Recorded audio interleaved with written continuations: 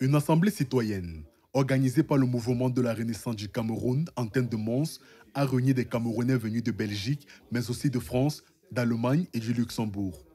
Tous sont ici pour débattre de l'avenir politique de leur pays à l'approche de l'élection présidentielle. Au cœur des échanges, les enjeux démocratiques et la participation de la diaspora. Mais un point de friction s'impose. Certaines ambassades, dont celle de la Belgique, imposent un titre de séjour pour pouvoir s'inscrire sur les listes électorales.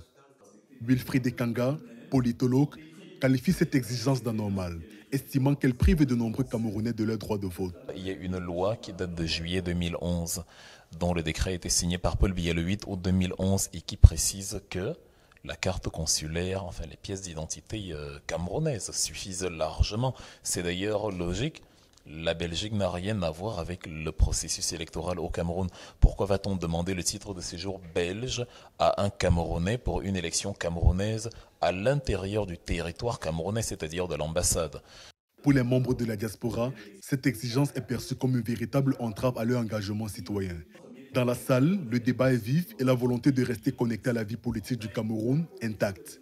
Parallèlement, Maurice Kamto, leader de l'opposition, voit sa candidature rejetée par la commission électorale.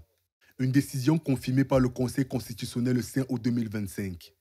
Mais pour les militants présents, le professeur n'a rien perdu de sa stature politique. Pour les participants, Maurice Kamto aurait tout donné pour cette élection présidentielle. Il n'a jamais tourné le dos au peuple camerounais. Et pour eux, le combat ne s'arrête pas là.